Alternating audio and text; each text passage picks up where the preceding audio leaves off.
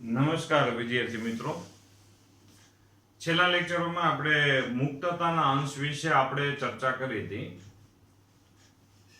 કે કોઈ અણુ કે પરમાણુ જે સ્વતંત્ર અવસ્થામાં જેટલા પ્રકારની સ્વતંત્ર અવસ્થામાં ગતિ કરી શકે તેને તેના મુક્તતાના અંશો કહેવામાં આવે છે. જાણો કે એક પરમાણવિક કે જે અણુમાં એક જ પરમાણુ હોય તે એક પરમાણિક વાયુ એટલે એક પરમાણુ માત્ર રેખીય ગતિ કરી શકે. રેખીય ગતિ કરી શકે તો તેના ગતિનું વર્ણન કરવા માટે આપણે ત્રણ યામ x, y અને z અક્ષની જરૂર પડે તો તેના મુક્તતાના અંશો આપણે ત્રણ ગણી શકાય. દ્વિપરમાણિક વાયુ માટે કે જેમાં બે પરમાણુઓ કંઈક બંધથી જોડાયેલા છે, તે બે પરમાણુઓથી બનતો જે અણુ છે તે અણુમાં પરમાણુઓ છે એ ચાક ગતિ પણ કરતા હોય તો ચાક ગતિની ભ્રમણાંક અને અનુરૂપ તેના બે મુક્તતાના અંશો ચાક ગતિ માટેના થયા. ત્યાર પછી આ બધા કંપન પણ કરી શકે તો કંપન માટે બે મુક્તતાના અંશ. ટૂંકમાં છે આ જે અણુ છે, ધારો કે આ બે પરમાણુઓ છે એનાથી જોડાયેલો જે અણુ છે એ રેખીય ગતિ પણ કરશે, સાથે સાથે આમ ફરતો આમ જતો હોય એટલે કે આમ ફરતો એટલે કે આમ પરમાણુઓ છે એ ભ્રમણાંક પસંદ કરીને આમ છે ભ્રમણે કરતા હોય અને પરમાણુઓ ઉષ્માને કારણે આમ દોલન ગતિ પણ કરતા હોય. તો દ્વિપરમાણુિક વાયુ માટે એ રેખીય, ચાક ગતિ અને દોલન ત્રણેય કરશે. મુક્તતાના અંશ થશે ટોટલ 7 થશે. તો એમાં ઉર્જાનું વિભાજન પણ આપણે વિચાર કર્યો છે, જેમાં આપણે દરેક મુક્તતાના અંશ માટે આપણે તેની ઉર્જા કેટલી લીધી 1/kBT લીધી છે. સામાન્ય રીતે એક પરમાણુિક વાયુ માટે સરેરાશ આપણી ઉર્જા, એક પરમાણુિક વાયુની આપણી સરેરાશ ઉર્જા T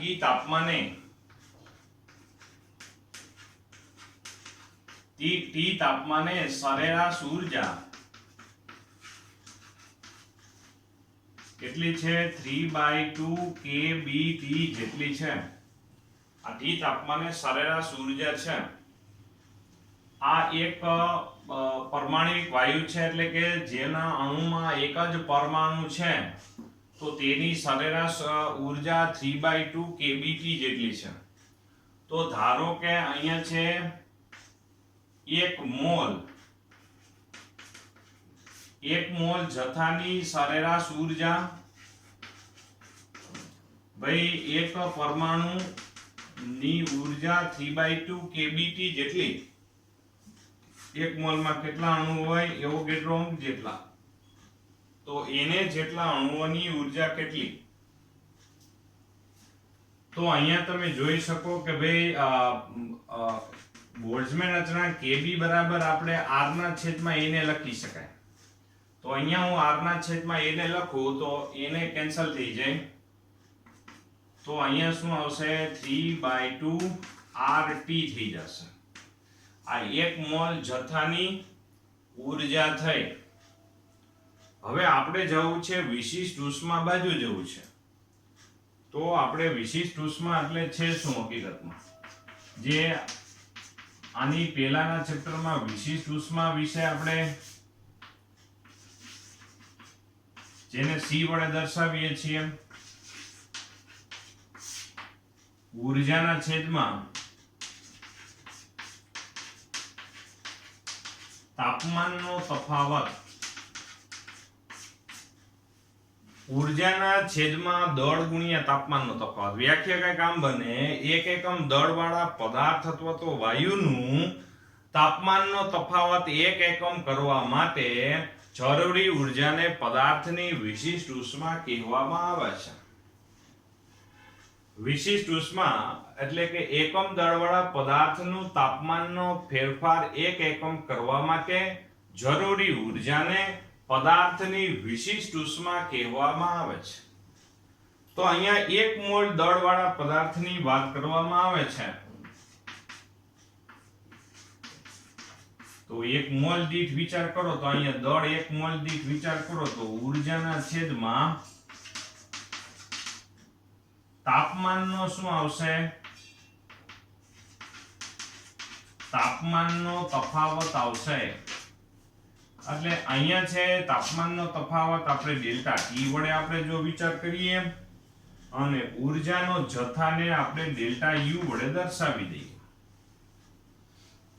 તો અહીંયા જે આપણી મેટર છે C બરાબર, જો આને limit delta T tends to 0 માં લખીએ તો આમે લખી શકાય અચળ કદે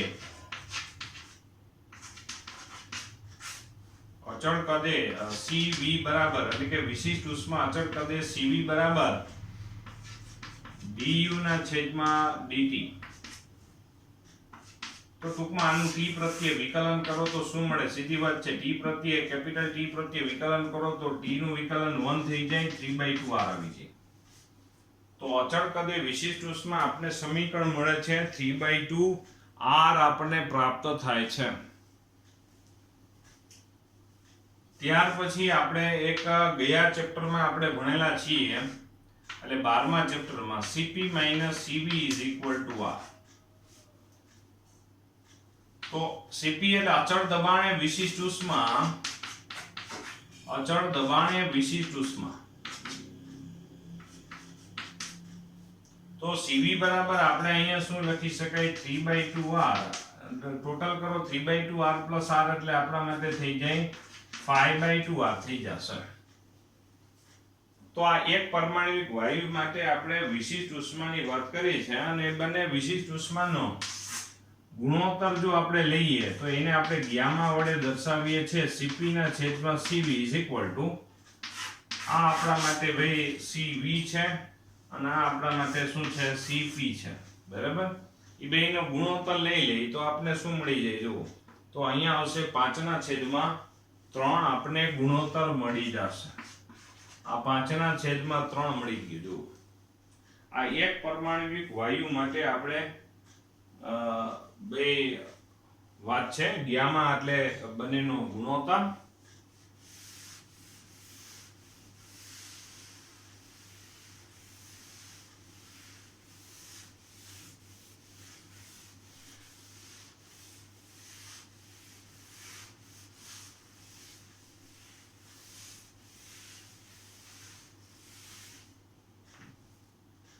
અહીંયા છે આપણા માટે ભાઈ એક પરમાણુિક વાયુ માટે, એવી રીતે દ્વિપરમાણુિક વાયુ માટે. દ્વિપરમાણુિક વાયુ માટે કે જેમાં બે પરમાણુઓ હોય, એક અણુમાં બે પરમાણુ હોય એવા દ્વિપરમાણુિક વાયુ માટે 13.6.2 નંબરનો ટોપિક આપણો. તો તેમાં આપણી પાસે ભાઈ U = હવે એમાં સામાન્ય રીતે જો રિજિડ રોટેટર પસંદ કરો, રિજિડ એટલે દ્રઢ પદાર્થ જો પસંદ કરો ને તો એમાં કંપન અવગણવાનું હોય. હમણાં જ આપણે વાત થઈ કે બે પરમાણુ એક વાયુ માટેની વાત હોય તો તેમાં રેખીય ગતિ થશે આખા અણુની, ચાક ગતિ પણ થશે અને કંપનય થશે. બરાબર? તો કંપન રિજિડ એટલે કે દ્રઢ પદાર્થની વાત આપણે ફરીથી યાદ કરાવીએ તો દ્રઢ પદાર્થ શું છે કે જેના પરમાણુ વચ્ચેના સ્થાન અફર જળવાઈ રહે. અફર તો જ જળવાઈ રહે કે આ બે પરમાણુઓ આમ દોલન કરે તો બે પરમાણુ વચ્ચેના સ્થાન અફર જળવાય ના રહે. પણ આપણે બે પરમાણુ વચ્ચેના સ્થાન શું જાળવવાના છે? અફર જાળવી રાખવાના છે. તો એ અફર જાળવવા માટે શું કરવું પડશે? આપણે આ બંને પરમાણુઓ સ્થિર વિચાર કરવો. આપણે રિજિડ રોટેટરમાં સ્થિર વિચાર કરવા માટે તો શું થશે? કાલો માત્ર એની રેખીય અને ચાક ગતિ થશે. બરાબર? તો રિજિડ રોટેટરમાં બે જ ગતિ હોય તો ત્રણ રેખીય ગતિના 3 મુક્તતાના અંશ અને ચાક ગતિના 2 એટલે ટોટલ 5 મુક્તતાના અંશ થશે. તો હવે એક અણુ માટે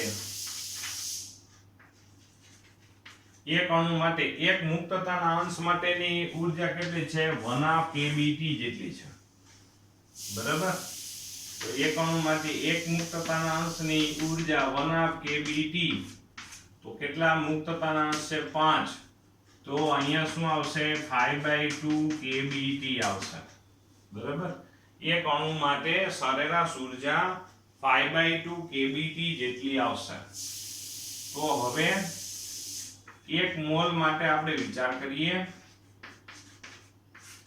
એક મોલ માટે આપણે વિચાર કરીએ બરાબર તો અહીંયા છે આપણા માટે એક મોલ માટે જો વિચાર કરીએ તો અહીંયા એક મોલ દીઠ આપણે વિચાર કરીએ તો વિશિષ્ટ કુલ ઊર્જા U અહીંયા શું આવશે ને આપણે એવોગેડ્રો અંક વડે ગુણવા પડે એવોગેડ્રો અંક વડે આપણે ગુણીએ એટલે એક મોલ દીઠ ઊર્જા આપણે મળી જશે Kb બરાબર છે r ના છેદમાં a ને એને ઉડી જાય એટલે 5/2 r આવી રીતે થઈ જાય હવે અચળ કદે વિશિષ્ટ ઉષ્મા Cv બરાબર જો શું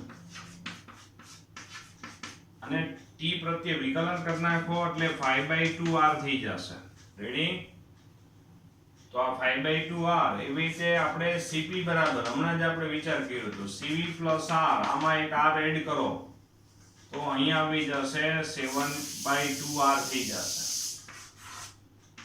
આ બેનો જો ગુણોત્તર લઈ લેવામાં આવે ગામા આ બેનો ગુણોત્તર લઈ લેવામાં આવે તો 7/5 આપણે પ્રાપ્ત થશે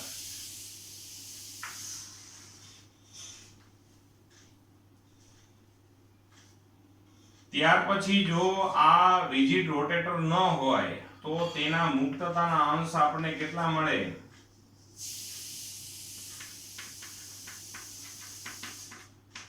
7 મુક્તતાના અંશ મળે અને 7 મુક્તતાના અંશ આપણે પ્રાપ્ત થાય તો એક અણુ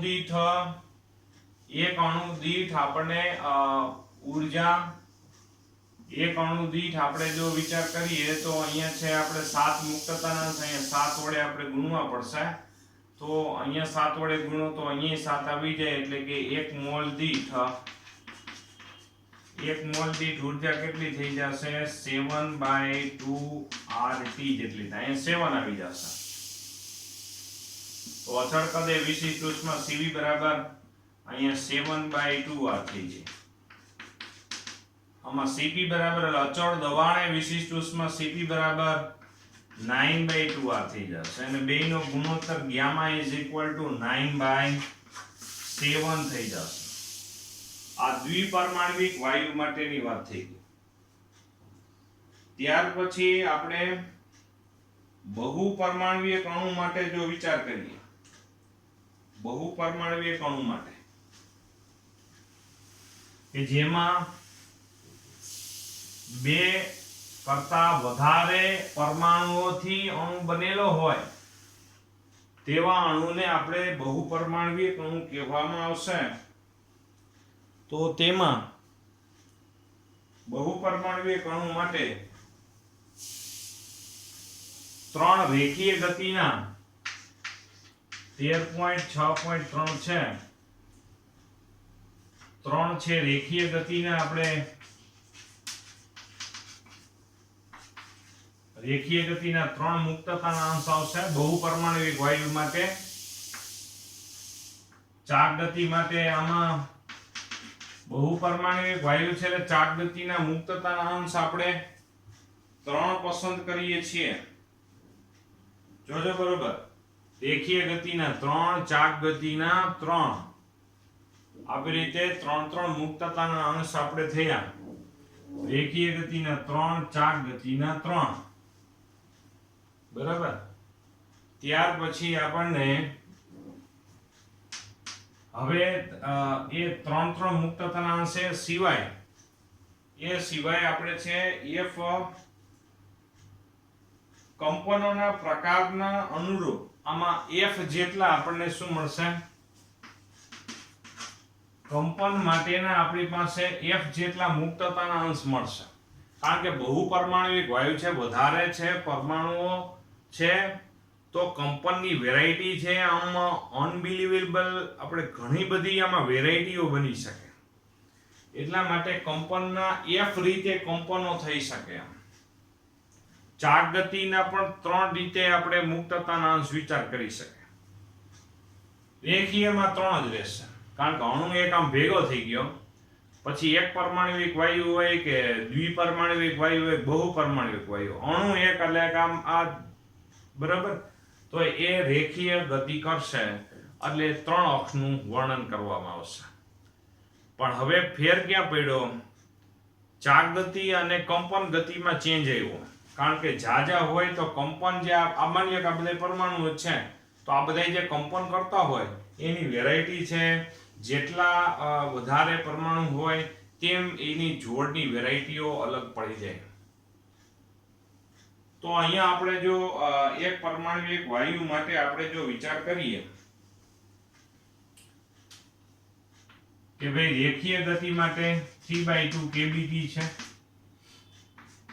એવી રીતે જો 1/2 kBt એટલે એક મુક્તતાના અંશ માટે, 3 મુક્તતાના અંશ માટે શું થાય? 3/2 kBt. એવી રીતે અહીંયા ચાક ગતિ માટે જો લખીએ છીએ 1/2 kBt ગુણ્યા 3 એટલે કે 3/2 kBt. અને F કંપન માટે આપણે લખીએ છીએ કંપન માટે હવે એક વેરાયટીની બબે જોડ મળશે. બબે જોડ એટલે એક જોડની, જો ભાઈ એક મુક્તતાના અંશ માટે 1/2 kBt, પણ કંપનની સરેરાશ બબે જોડ પ્રાપ્ત થાય આપણને. તો એક જોડ એટલે કે જેમાં 2 હોય, બરાબર, તો એક જોડ માટે આપણને કેટલી મળે? મુક્તતાના અંશ kBt મળે. કારણ કે 1/2 kBt એક જોડ માટે kBt. આવા કંપનના પ્રકાર કેટલા? ભાઈ F જેટલા. તો આ થઈ આપણા માટે એક અણુની આંતરિક ઉર્જા થઈ. હવે આને એવોગેડ્રો અંક માટે આપણે ગુણી નાખવામાં આવે, એવોગેડ્રો અંક વડે ગુણી નાખવામાં આવે તો આપણા માટે થઈ જાય 1 મોલ દીઠ. 1 મોલ દીઠ આપણને ઉર્જા મળી જશે. તો હવે આમાંથી kb કોમન નીકળી જશે બધાયમાંથી, અને kb ની જગ્યાએ r/n લખો, એને ઉડી જશે. બધામાંથી t પણ કોમન નીકળે. તો અહીંયા શું વધ્યું તમે જોવો જોઈએ? 3/2 + 3/2, 3/2 + 3/2 એટલે 3 થઈ જાય. એટલે અહીંયા આવશે 3 પ્લસ આ f ના m ના, બરાબર, અને અહીંયા આવશે આપણા માટે rt.